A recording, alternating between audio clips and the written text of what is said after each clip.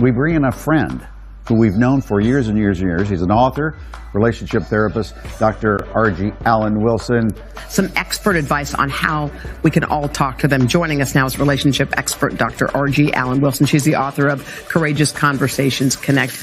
Good morning, R.G. Doctor, good morning. Thanks so much for joining us. Good morning, Janelle. It's good to be here. Thanks for having me. And as we mentioned, a lot of people just dealing with anxiety during all of this. What are your suggestions? Some of the things that we need to remember is that this is temporary. This is temporary inconvenience for long-term gain. And as long as we stay healthy, Janelle, then everything else is recoverable. Talk to your children about what's happening right now. What are the best ways to do that? There's some do's and don'ts, right? So you want to tell them that you're going to be here. We're going to be okay.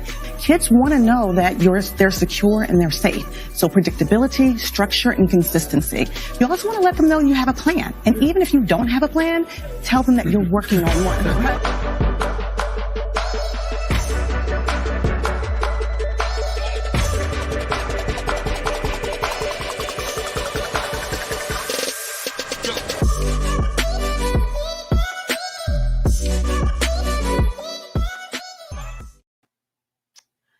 Good morning, everyone. Good morning. This is yours truly, Dr. RG. Welcome to Courageous Conversations Connect Space. Today is January 27th, 2021.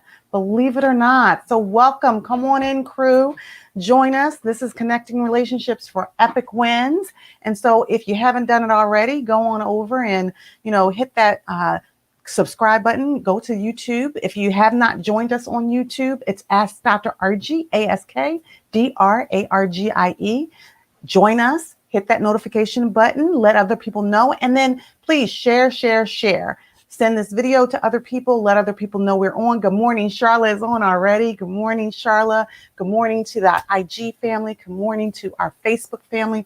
And good morning to our YouTube family. All right, this is going to be a great day. And it seems like every Wednesday is notable, quite frankly, right? So 2 Wednesdays ago, we had an insurrection. 1 Wednesday ago, we had an inauguration. This particular Wednesday, we're just processing a whole bunch of stuff that we've experienced in the last 2 weeks or so, if you will. And so today, our conversation is going to be about pain points.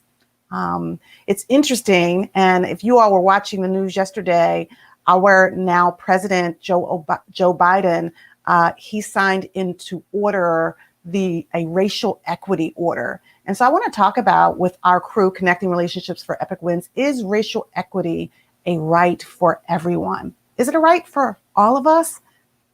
Have some of us been waiting for 401 years for racial equity? There's some disturbing things that are still going on out there, and the work is not over. Actually, quite frankly, the work has just begun. So there's a lot of different ways that we can describe pain points. We're talking about racial equity, but we're going to also be talking about what are the ways that we address our pain points, our pressure points, if you will. So I think it's going to be a great conversation. I see a lot of people already on. Stephanie's on. Good morning. She says, happy hump day. China's on. Good morning, China. I see Mother Belva Waller. Good morning, Mother Waller. Thank you for joining. It's so good when you join.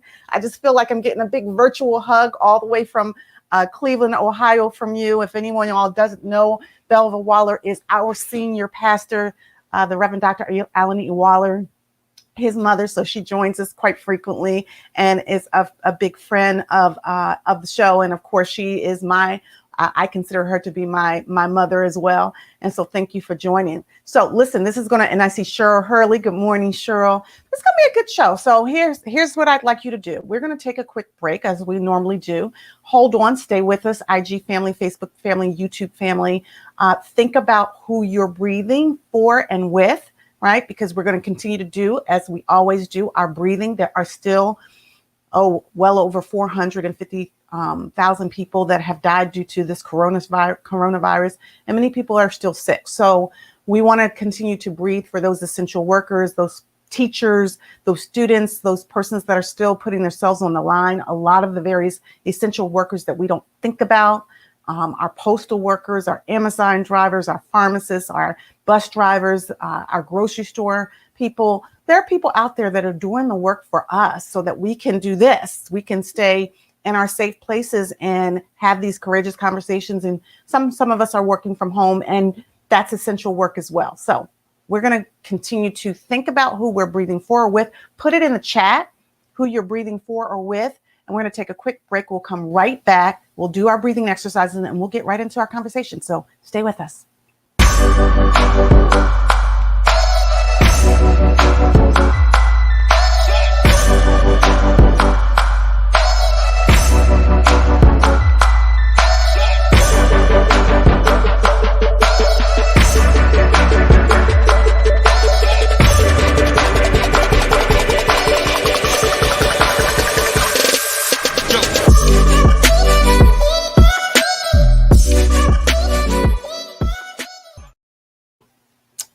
All right, and that was quick. I am Dr. RG. I'm back here, and this is, again, Courageous Conversations Connect Space. We started this out back in March, believe it or not. It's almost been a year since we began this journey of Courageous Conversations Connect Space. If y'all remember, we launched our new book back in October of 2019.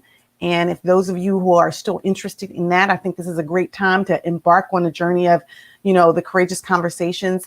For those of you who are new, who don't know about the book is a journey. You take a journaling journey where we start with the first chapter of Radical Self-Care in Action. We move into the next chapter, which is money, sex, and kids, how to win in your relationship in these areas. Then we move to how to be healthy, live life in a healthy way during life's transitions. And then finally, we talk about how to live your best life. So those are the 4 chapters. But in essence, the structure of the book is that each week, I give you a courageous conversation, either with yourself or someone else. Then I actually give you a courageous action. I like to give people calls to action.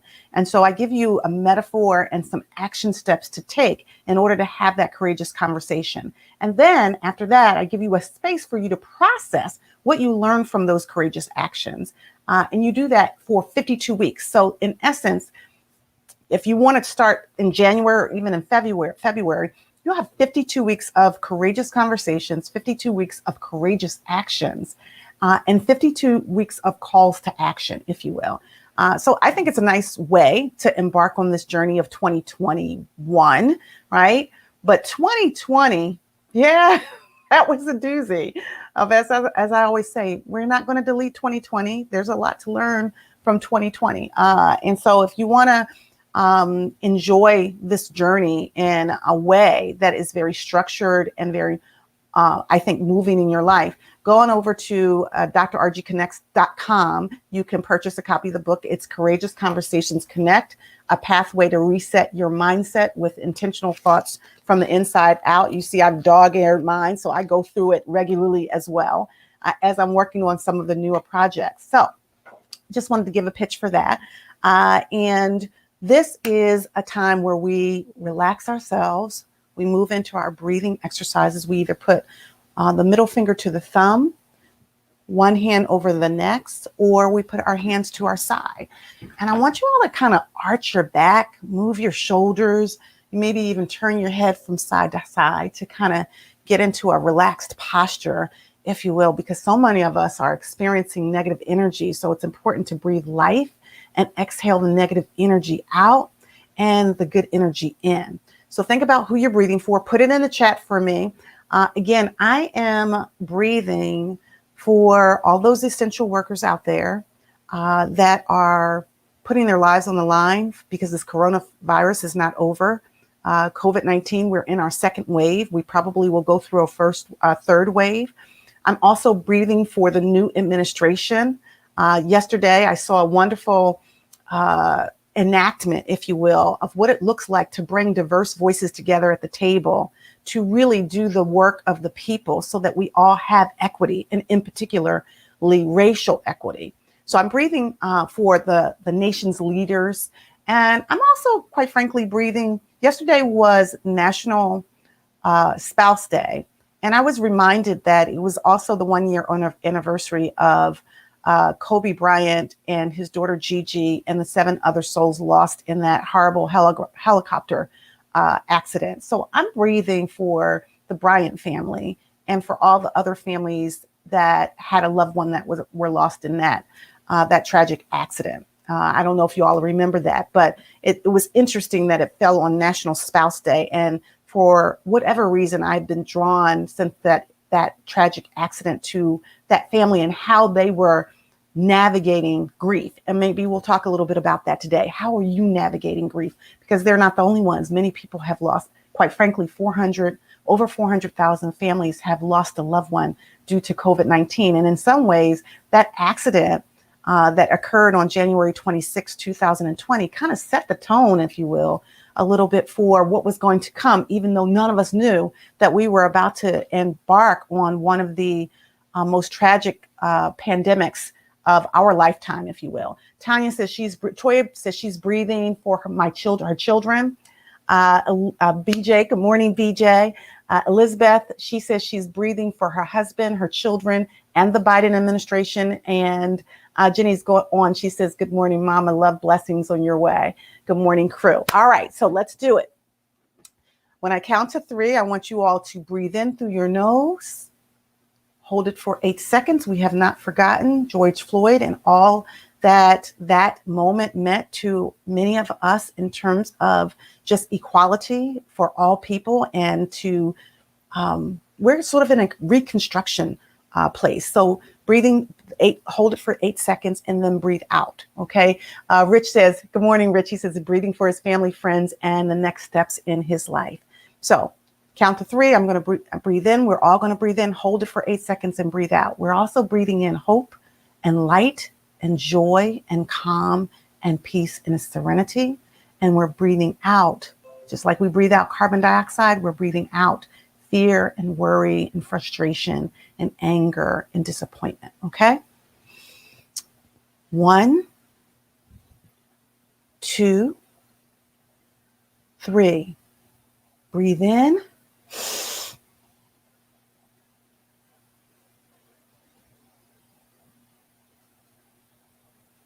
And breathe out. Breathe in.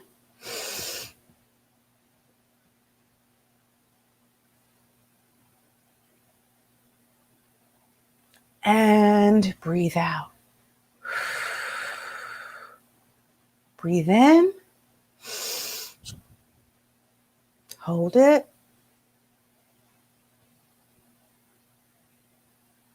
And breathe out. Breathe in.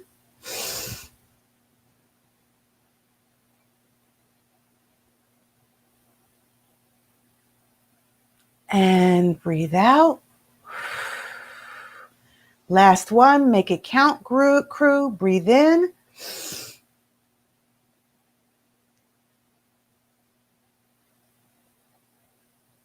And breathe out. That felt good, right? Continue to do that, crew, throughout the day. I guarantee you that will help you. Doreen says, I'm breathing for my husband. She was breathing for her children, and Vanessa Bryant and her girls. Stephanie says she was breathing for the health of the nation. Cynthia said she was breathing for my family in the 1.5-year loss of her mother. Prayers up for you in your grieving process, Cynthia. Jenny says, I'm breathing for myself and my family, the Biden-Harris family and administration. And then Cynthia also says she's breathing for all those who are affected by this pandemic. So those are really wonderful persons and entities to breathe in for. We breathe in life. We exhale out any of the negativity. All right, so let's get into it. It's about 10:15. We got a ways to go in this conversation. This is about having courageous conversations that connect. And our topic today is pain points. Is racial equity a right for everyone? So let's talk a little bit about pain points. And while we're talking, I want the crew to put in the chat, what are your points of pain? That's kind of what I want us to sort of think about today.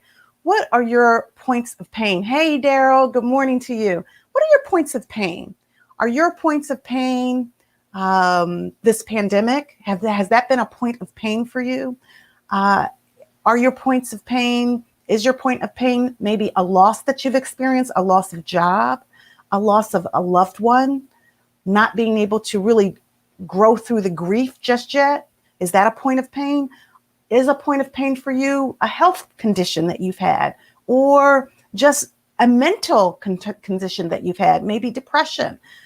We know that a lot of us are experiencing a lot of COVID-19 fatigue, right? Pandemic fatigue. Are you experiencing isolation? Are you having challenges in your relationship? Is that a point of pain, right?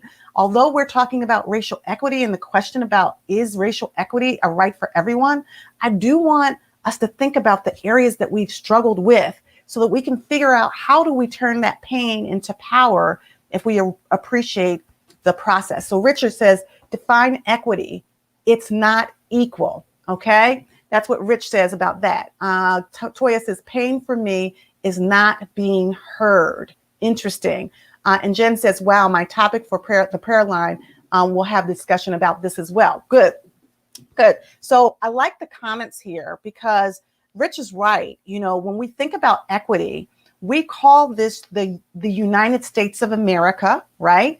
And that, you know, the Constitution was penned. It was created for equity and inclusion for everyone. This was supposed to be a more perfect union, right? But interestingly enough, as someone who I now have a girl crush on and I'm in love with, Amanda Gorman, she said in her poem last week in the inauguration, The Hill We Climb, she said that this is not a perfect union. In fact, it's an unfinished union, that we still have work to do, that we're all a work in progress.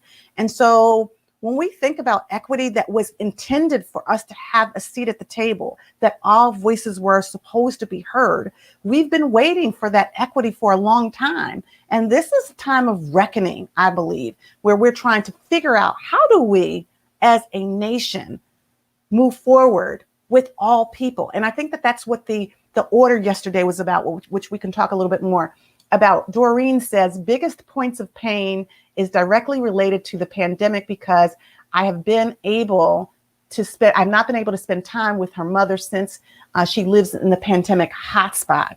Gotcha, Doreen. That makes sense. We've all had some separation anxiety, have we not, from our loved ones? Rich says, point of pain is being unemployment and trying to survive. Got it. Cynthia says, points of pain, losses, negligence, respect, consideration, and inclusion. Those are her points of pain. Anybody else have some points of pain that they want to list in the chat? Because the truth is that the world that we live in and the place that we are located in this world oftentimes will bring about pain. It will bring about suffering. And the question is not when, or the question is that if we're going to experience pain, it's when we're going to experience pain. And then what do we do when we experience it, especially when it comes to racial equity and equity. And that's for all people, right? That when we think, and that's why I asked the question, is racial equity a right for everyone? Because yesterday, when the Biden administration signed that order for racial equity and looking at prisons and whether we can do what we can do to create prison reform, what we can do to create housing reform, because there's a lot of people that this pandemic has shown that there's a lot of housing insecurity. There's a lot of food insecurity. There's a lot of economic insecurity. And I fundamentally believe that we are in the midst of a transition and a reconstruction period in our lives, because never before have we experienced a pandemic. And quite frankly, you know, they always used to say that, you know, when America gets the cold, Black America gets the flu. Well, now Black America has gotten this COVID-19, this coronavirus, and the this COVID-19, it's impacted us more than anyone else. So give me a thumbs up if you appreciate what's being said, if you agree with what's being said. Also share this post, share this video with other people. We need to be having these courageous conversations. There is a way that we can turn pain into power if we appreciate the process. Daryl says, my point of pain is learning that the nostalgic for my family isn't always actual. This became a hard truth to know, that family can exist outside of the bloodline. That's interesting, Daryl. I find that fascinating because I personally know that we can pick and choose our friends, but not our family. And that you're right, absolutely, that sometimes our friends become what I call our family, and that, we've been also taught that blood is thicker than water. But we can sometimes find out that, when it comes to our family, they don't have the same alliances that we may have. And it can be quite disappointing. Cynthia says, and who do we express our feelings to without putting ourselves in greater in a greater target point? Well, here's the thing. When we're talking about expressing feelings and we're talking about our pain points, if you will, we do have to find our person or persons, which, to Daryl's point, is not always our family. Too often we tend to keep people in our lives way past their expiration date. Sometimes that's our family, and also, quite frankly, IG family, Facebook family, YouTube family. Sometimes the people in our family, because we've been taught that blood is thicker than water, we want to keep them in the fold. We want to share with them our hopes, wishes, and dreams. But sometimes they're not always so happy for us, and oftentimes the bloodline that we have is not necessarily to our benefit. Helen says, good morning. A loss of my daughter, remembering her today on her birthday. She was my baby. She was a baby, not having time to watch her grow. The things I was doing before the pandemic hit, and learning how to change my mindset from mindless eating to finding other outlets to reflect and to indulge. Wow. Well, one, prayers up for you, Helen, in terms of the loss of your baby. I believe that that's one of the hardest things that any of us will ever do, is to lose a child, especially not a child that you've not gotten to watch grow up. And, someone was talking this morning when they were talking about even the loss of Kobe Bryant, for example, and his daughter Gigi, and some of the other people that were lost in that helicopter. And when you think about lives lost too soon, even within this pandemic, and some of the children who have been lost, when you think about a young life that is lost, that's really hard to get over. It's one thing when you've lost a parent and they've lived a long life. I lost my mom. She was 80 years young, if you will. And while I miss her terribly, I also know that she lived an amazing life. But when you're talking about losing somebody that you've not even gotten a chance to see them grow up and usher them into adulthood, or if they've gotten to a place of adulthood and accomplished a lot of things, but you still feel like they're gone too soon, that is a pain point. And that grief, that loss, you have to grow through it, and it's going to take time. We ought not rush the grieving process, whether you're in a stage of shock or denial or anger or bargaining, maybe depression. All of those things impact us, those stages of grief, if you will. And no one can tell you that you should be going through it more quickly than you are. We need to process it and talk about it so that we don't act it out or act it in.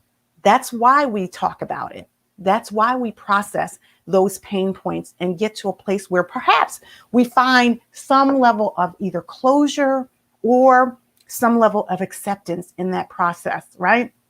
I came up with an acronym for pain. I want to hear what your thoughts about this are.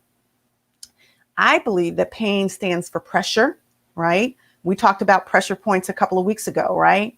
And we talked about the fact that every pressure point needs a relief valve, and that pressure does burst pipes, but also pressure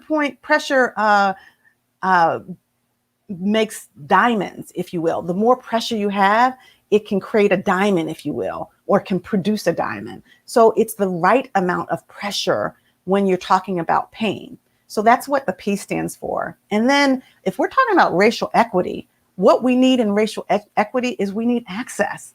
Too often, we, Black and brown people and Indigenous people, Latinx people, we have not had a seat at the table.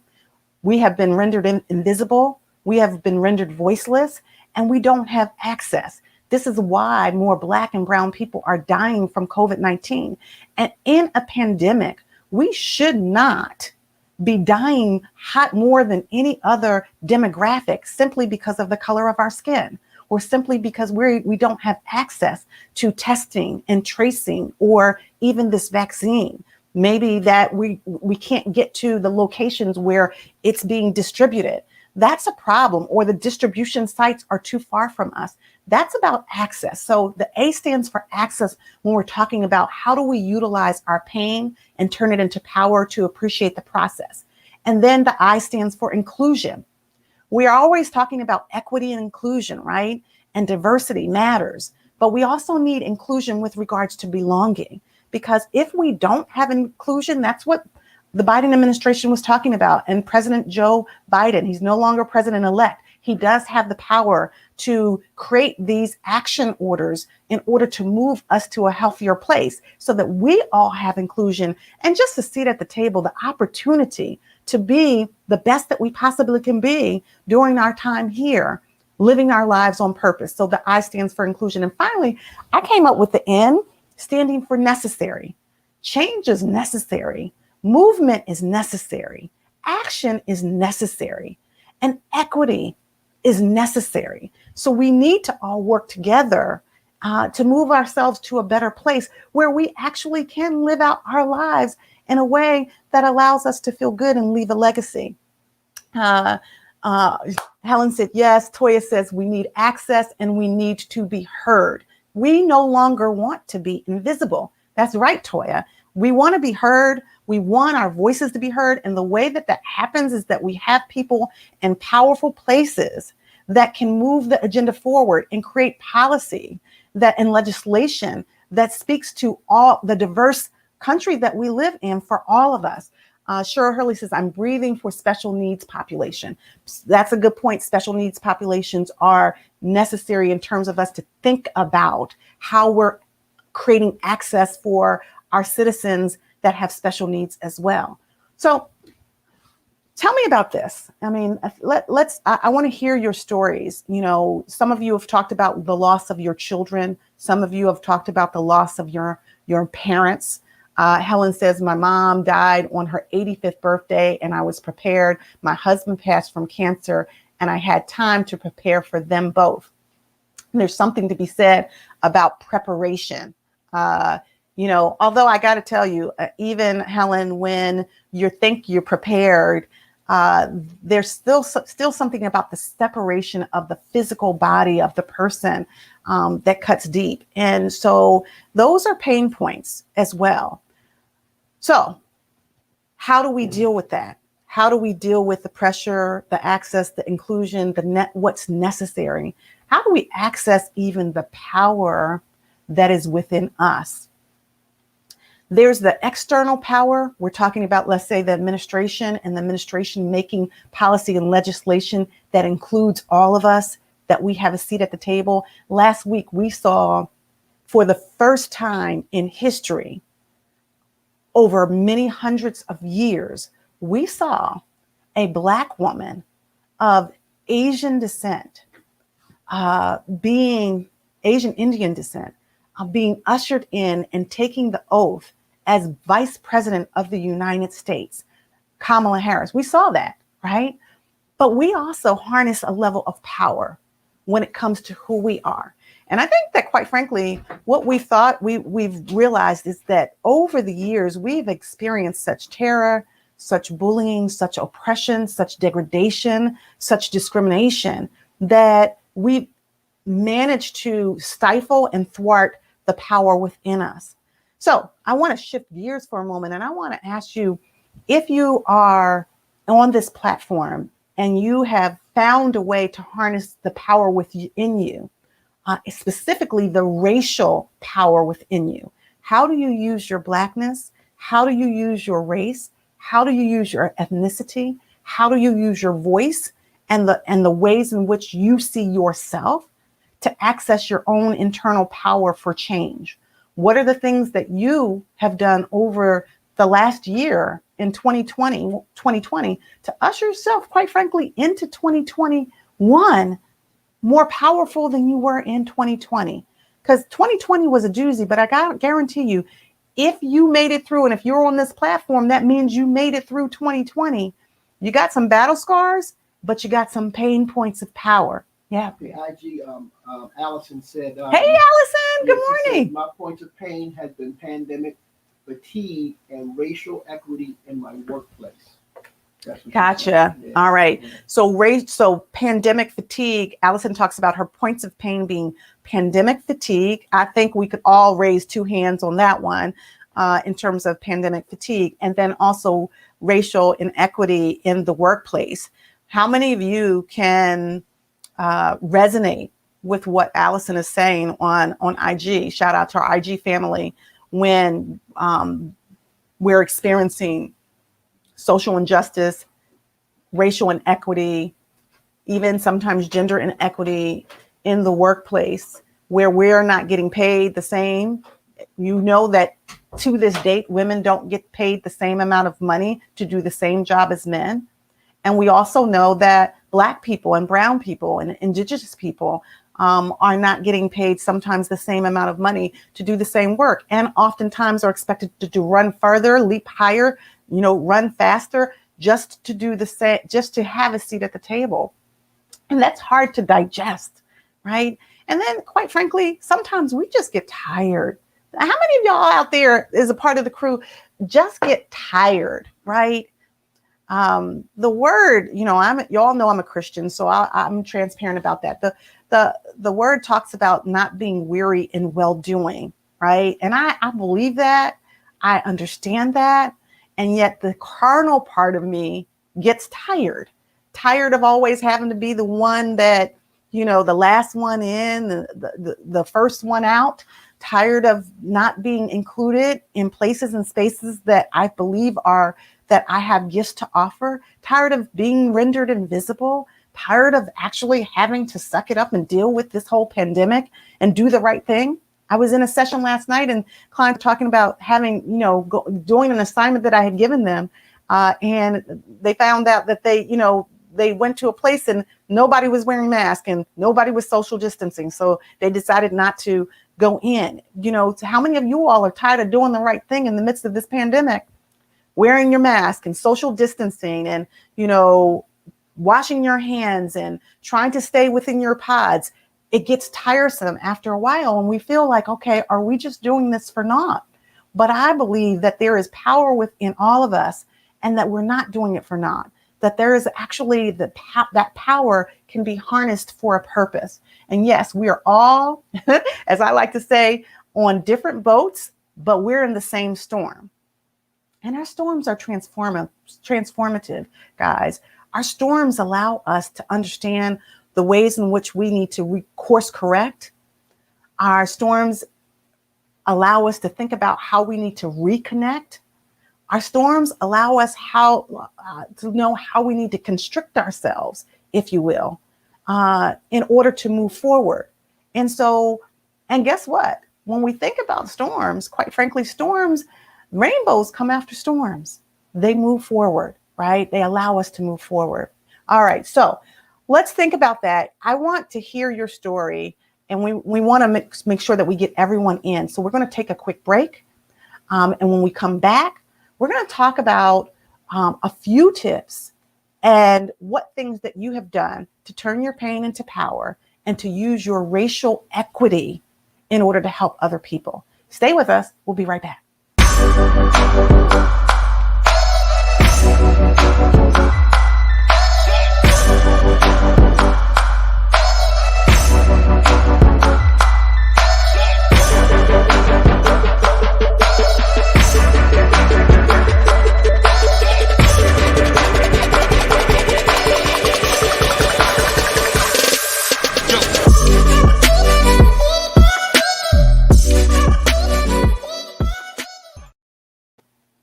Hey, this is yours truly, Dr. Argia here again, and we've taken a quick break. This is Courageous Conversations Connect Space, and we are having our dialogue about pain, right?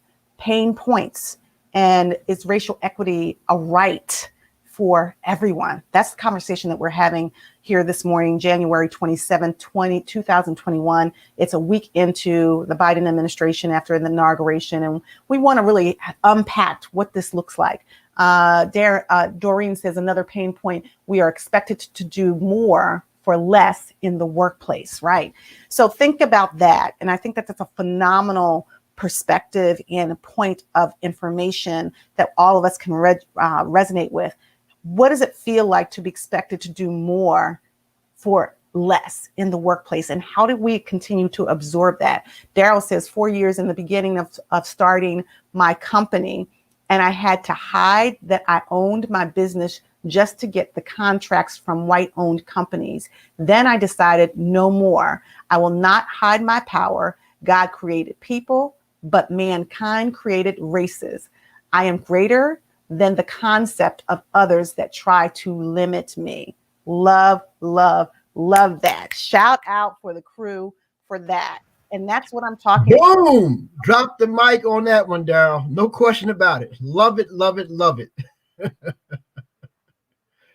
Love that one. Yeah. So, what Daryl says, babe, in terms of this concept of hiding, right?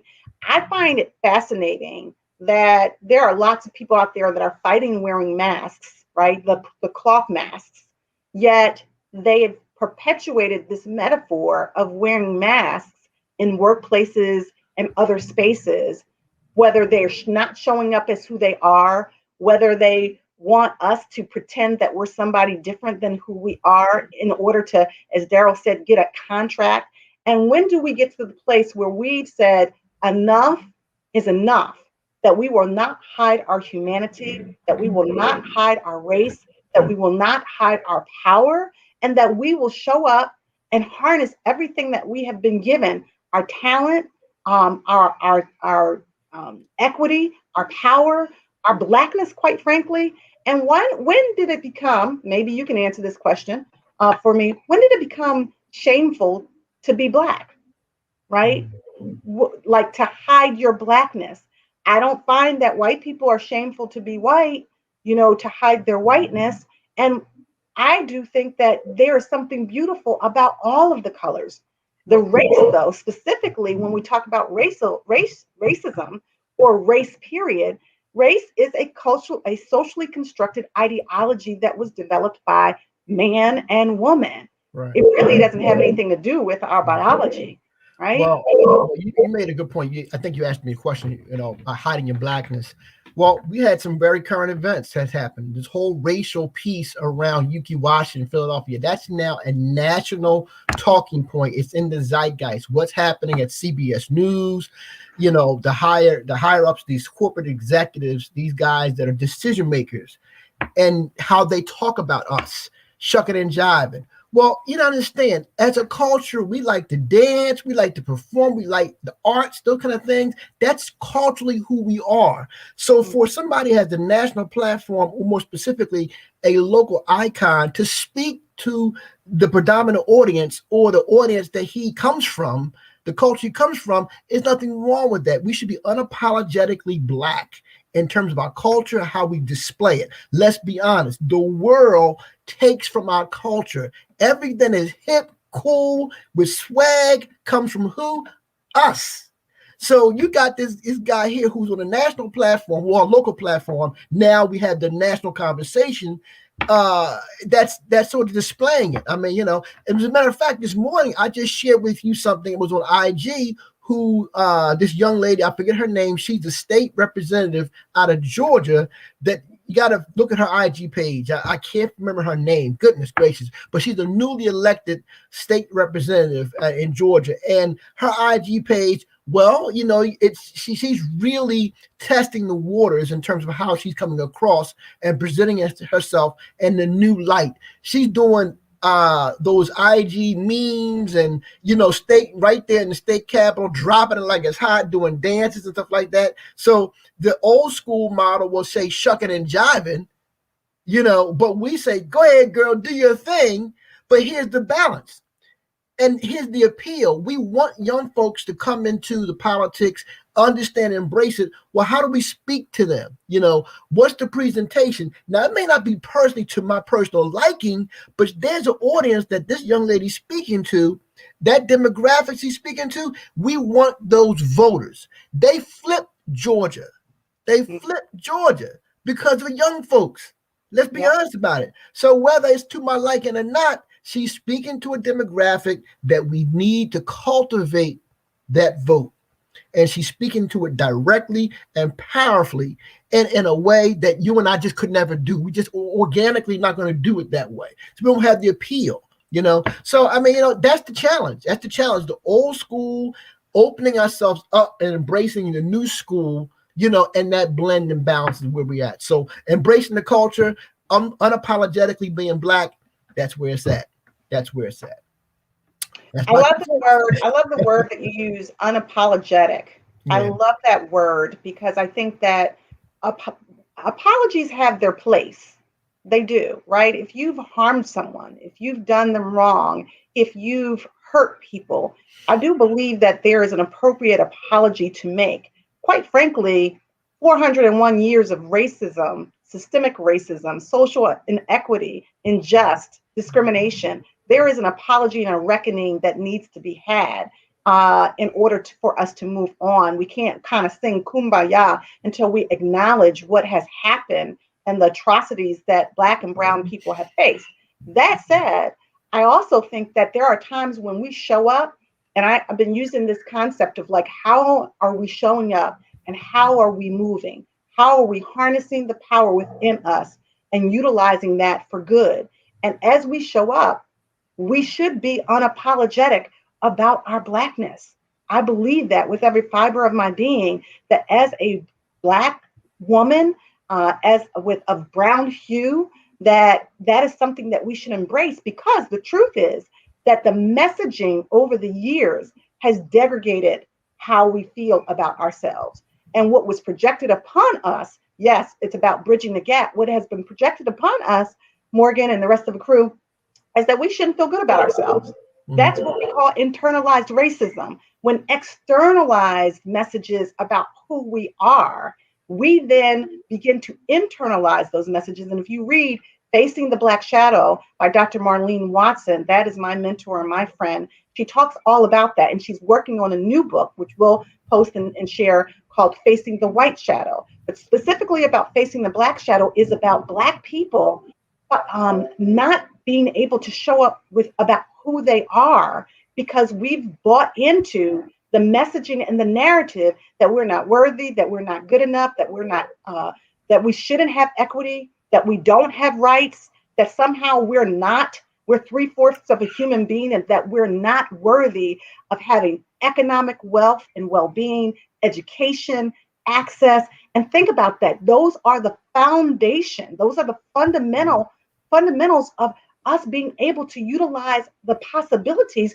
to elevate ourselves and our families and leave a legacy. And if we don't have access and education and economic power and a voice and a seat at the table, if we are not seen in our workplaces, then that moves us to a more demoted, diminished level in a way that it does not honor the diverse people that we say we are. So how does our voice get elevated? And quite frankly, how does the audio match the video?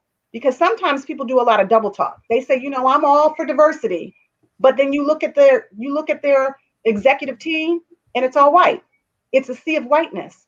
Have you all seen the picture, Morgan? Did you see that picture of, and I saw it this morning, of VP, Vice President Kamala Harris, and she's standing tall and she's next to like all these white male VPs over the years. I didn't see that. Did you see that? I didn't see it. No, I didn't see that. Because you could post it up here.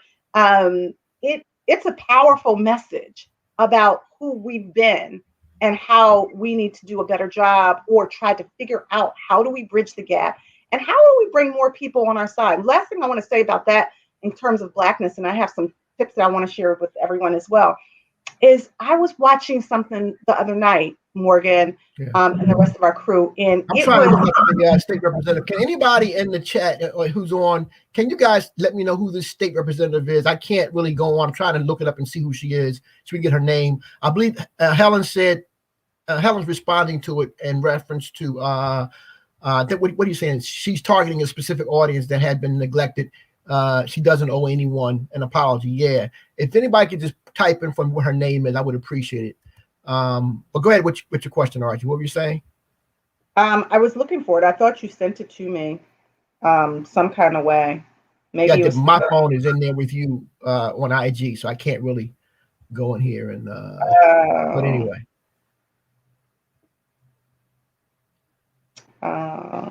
Is her name Sarika Thomas? That might be it. Thomas? That might be it. I'm not 100%. That might be it. Yeah, that's what you sent me, to follow Sarika Thomas. Okay, got it. Okay, that's her. That's her. Yeah. Okay. So yeah, anybody go on IG and follow her. I mean, she's doing it different. The IG is doing it differently. It's Erica Thomas. Erica Thomas. Okay, there you go. Okay. Yeah, she's definitely doing it differently.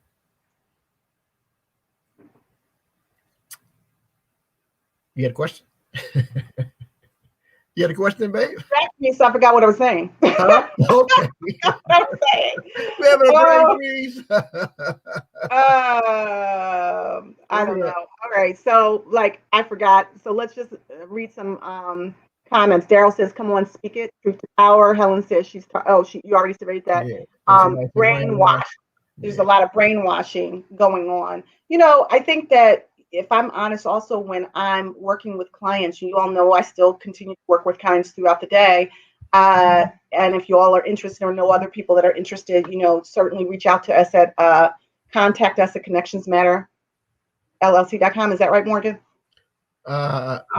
Contact us at connectionsmatterllc.com or 215-789-6999 extension 1 or extension 2. Yeah. So, I know. I was talking about this thing that I watched on TV the other day, where the school board was upset because they had not been notified that their curriculum was going to be changing, and they were going to include information or include education about diversity, equity, and inclusion, right? And so there's woman was on there, and she was mad. She was a white woman, and she said, "I reject this. We were not notified that you all were going to put this as a part of the curriculum around diversity, equity, and inclusion. We do not want our children to be learning about this. And we contend that reverse racism is racism. And we don't want that here." And she was a white woman, right? What is reverse racism? What is reverse racism? What she said. What is reverse racism? I mean, come on. Right? I mean, so I said to myself, well, if let's follow that theory, hypothetically, if reverse racism is racism, this is the way this white woman said, and she was so angry about it because she did not want her children to be learning about diversity, equity, and inclusion. She vehemently rejected it and did not want that within their curriculum at their school. And there were a whole bunch of other white people that rejected it as well. And I said to myself, you're so angry about it for yourself, then what you're basically saying is that racism is okay as long as it's not reverse racism, and as long as the Black people and the brown people and the indigenous people and the Latinx people and anybody that doesn't look like you, as long as they're experiencing this socially constructed ideology called racism, it's okay. But when it's coming back to you, then there's a problem. She's one of those that still wanted to, have the reality, or what they think the reality is, that Columbus discovered America. She's one of those that want to continue that farce and that lie. Come on. I mean, exactly. It's just exactly like that. They did not come here and take this land from the Americans who are already here. Right. So it's just, that's kind of what happened. That was the truth. That there has been a conspiracy of alternative facts that have been spewed out to this nation for over 400 years, and now there's a reckoning, and we're not taking it anymore. And so, there's a lot of white mad folks out there, and many of them were storming the Capitol 3 weeks ago. Human nature is you know, you want to read Daryl's statement? Go Daryl ahead. says, when we learn to love ourselves, we enact our power. We have to give ourselves the privilege that others try to deny us.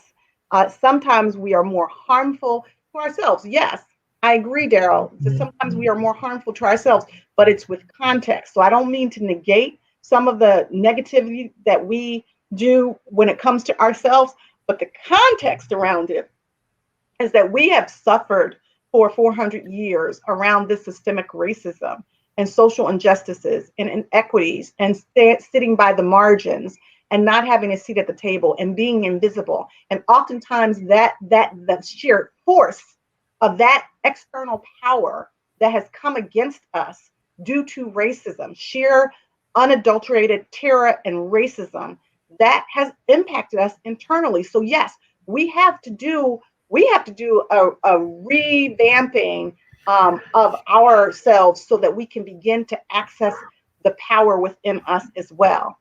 And as I said, I definitely have a girl crush on this Amanda Gorman, who talked last week about that what just is, she said, is not always justice.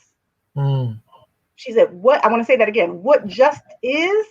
Y'all remember when, the previous president said, it is what it is, so what, we're dying, it is what it, black people and brown people, it is what it is. You're just basically a casualty of war. And we are at war, by the way.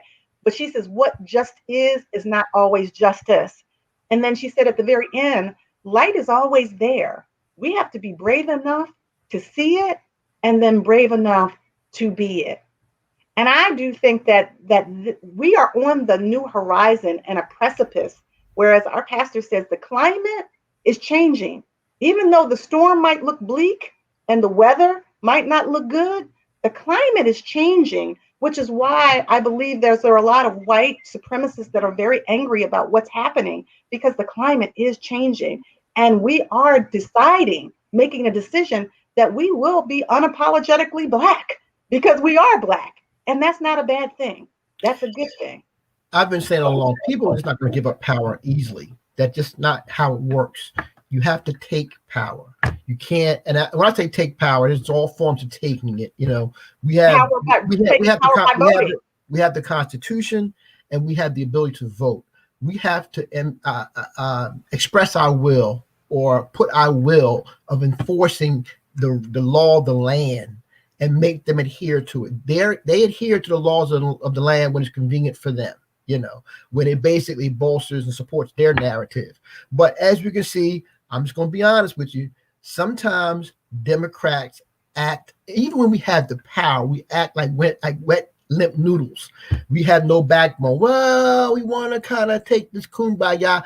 Nothing wrong with taking, being balanced and trying to be fair. But sometimes you got to have a healthy fear involved in terms of exerting your power and knowing how to exert your power. We have the power right now. We got to go in there full force to exact the change that we want, and not take this mamsy-pamsy weak position all the time and always, apologizing for the power that we now have. I mean, the last thing we can do in this situation, in this administration, is to not exact what we want based on the power that the public gave us the power, so if we don't use that, we're fools. We're absolute fools. And, it was just shown where Mitch McConnell basically gave in on this whole filibuster situation, gave in on it because he knew he couldn't have the power. So he basically gave in on it, understand that as a lesson. And, and there has to be some consequences based on what happened on January 6, 2021. Has to be some consequences. And I'm not talking about for the average little Joe guy that's running around, storming. I'm talking about the leadership that incited the violence. Let's be honest about that, okay? And, they want to, act like it didn't happen and saying it was a farce and everything else. Listen, the tapes don't lie. They have the receipts. They have the receipts. And folks are scared. They're running around scared because they fear for their lives. Listen, their lives have been threatened. Their families have been threatened. Their children have been threatened. So they're voting a lot of times. And somebody said, well, this was a vote that wasn't, probably had 16 or more people voting yes to impeach. and to convict. Well, the conviction's happening. Hopefully, they're going to have the actual hearing in February. But that's just what it is right now. These people are running scared, and they're feeling the fear of a party that's been taken over by the Trumpsters, and that's just what that is. So, so Daryl says, when we learn, I agree, Morgan. Daryl says, when we learn to love ourselves, we enact our power. I wanted to read that again. We have to give ourselves the privilege that others try to deny us. Sometimes we are more harmful to ourselves. I just wanted to read that again because I feel like that is a very powerful statement when we talk about how do we harness the power that's within. Right. I believe that what our experience has been from captivity until now has been boiling up within our spirit. And that's why we have so much anger. When is it enough? And I think, quite frankly, we have a right to be angry. It's the question of what we do with that anger and how we harness it and how we use it to exact the power that will create the change. It's not enough to just march. That's one part of it. But the other part of it is voting and putting people in the office that are going to actually care about the things that you care about in your community and leave a legacy for your children. Donna says, she says, it's still crazy how educational institutions continue to keep us lies, right? Did y'all read the Mayflower? I know that was a part of the educational curriculum when I was a kid that said that Christopher Columbus discovered America. We didn't have the books that we have now on white privilege and things like that. White fragility, Stamped, Caste. Those are some good books that are out there. As a matter of fact, even Charles Blow has a new book called The Devil Within that I think is really important to read. That it talks about the New South and how we migrated from the South because of white terror. Now they're migrating back. Now they're trying to migrate back. Yeah. And that's what Atlanta was all about. And he talks about how do we harness that power and not be intimidated by fear so that we can actually get people in office and get our economic power back. So she goes on to say, I wonder when will they put the truth in those history books, things like police brutality and true stories of injustice. Well, what's interesting about that statement, Donna, is that for many, many years, white people have been telling our story. That's the problem. No one should be able to tell your story and better than you tell your story. And when we speak our truth to power, sometimes we don't get the people to publish it the way that we want to. Daryl can speak to that. Oftentimes we don't have the economic power to push our literary works forth. I heard the story the other day about Amanda Corman and how Dr. Jill Biden had heard her speak and had known her work and really pushed hard for her to be the young poet laureate that particular day of the inauguration. But now she's on the map. But there are so many more powerful, young, gifted, and Black young people out there that may never be on the map because, they don't have the power to elevate them. And that's where we have to invest in our young people. When are we going to be able to see ourselves in a more positive light? We had our own Wall Street and our own banks and our survivors. And I think that we're still surviving, but we have to shift from survival to thriving. Cynthia says, I never understood that. How do we discover a land that was occupied by Algonquins? I'm not saying that right. Before Christopher Columbus even was here. Well, yes, Cynthia. It's a lie. That's the answer. It's alternative facts. And you say something. Donald Trump taught us that. You say something enough, then people begin to believe it. Morgan says, there's a rabbit hole we can go down. There's a rabbit hole we can go down. I don't want to go down the rabbit hole right now because it's a pretty hot topic when you talk about the Crusades and colonizing other lands and colonialism and all that kind of stuff like that and missionary work. Listen, a lot of countries and have been taken over and exploited in the name of religion. And quite frankly, I got to be honest, in the name of Christianity. Yeah. And it's been sad, and a lot of countries have been ruled and taken over, and quite frankly, just absolutely raped and pillaged of its goods and its culture in the name of Christianity. And I'm a Christian, love God, love the Lord, but I got to tell it what it is and say it the Well, way you it know, is. some of You know, and so the insurrectionists had the T-shirts that said, you know, Jesus is my savior and Trump is my president. So that see, insurrection so was in the I mean, you name know, of Christianity too. listen. When you think of us as 3/5 of a human, then they can't take you seriously. It's hard for them to take you seriously if the background has been, hey, listen, we never looked at you as fully human. So, you know, if you're not fully human, then they can look at you as, you know, animal, and that's just what it is. So, you know, And and treat they animals feel as quite though, frankly better. huh? And treat animals quite frankly better. Well, you're right. You're right. You know, they it During the is what it is. during If the I'm asked, during well, the listen, pandemic, I how won't. many animal commercials did we see? Like over and over and over and over again. And I'm an animal lover too, but I'm a people lover as well. Right. But we have to. Alan Quinn. Daryl, I think Daryl had a Alan comment. I is think the Daryl had a comment first. Daryl said, did you mention Stamp? Yes, Stamp is a good one too. Stamped. So Stamped, Cast, White Fragility. Right. All those are great books to read. And then now The Devil Within. There's so many good books out there to read right now to help for children. Alhan Quinn. I did not pronounce that correctly. So Got sorry it. Okay. for that. They are an Indian tribe. Pocahontas belonged to it, is what Okay. I say. Okay, awesome.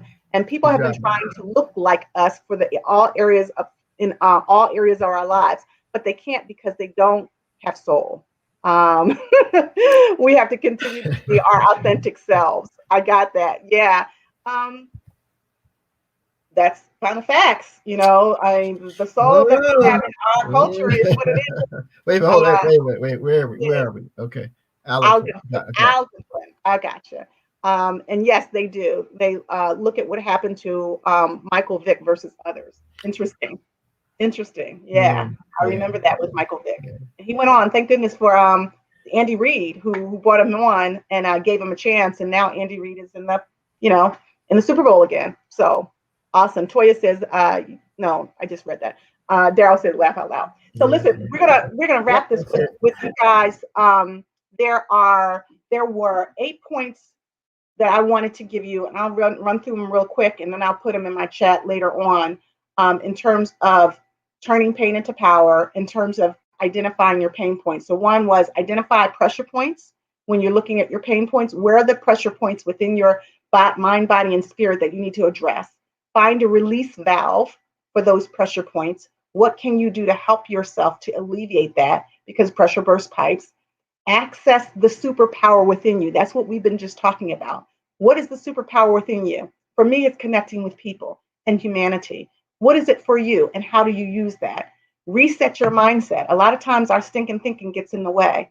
Refocus our energy. You got to refocus your energy, because you can focus on what you don't have, but it's better to focus on what you do have. You can focus on what other people are doing, but it's better to focus on what you're doing and how can you create a change. Then manage your expectations. We're still in this pandemic. We still have to do all the things that we need to do to keep ourselves and our families safe while still ascending and our agenda, forging ahead with our agenda. So change your expectations to make them more realistic. Then 7, surround yourself with power brokers. Who are the power brokers in your life? Who are the people that will help you to elevate yourself? Are you surrounded by dream squashers or dream lifters? You make the decision. And that means that sometimes you got to relocate people. They may not have a front seat in your life if they're dream squashers. And lastly, move yourself from the invisible to the visible. We all want to be seen. We all want to be heard. We're all worthy. So as it relates to the question of, do we all have the right for racial equity? The answer is yes.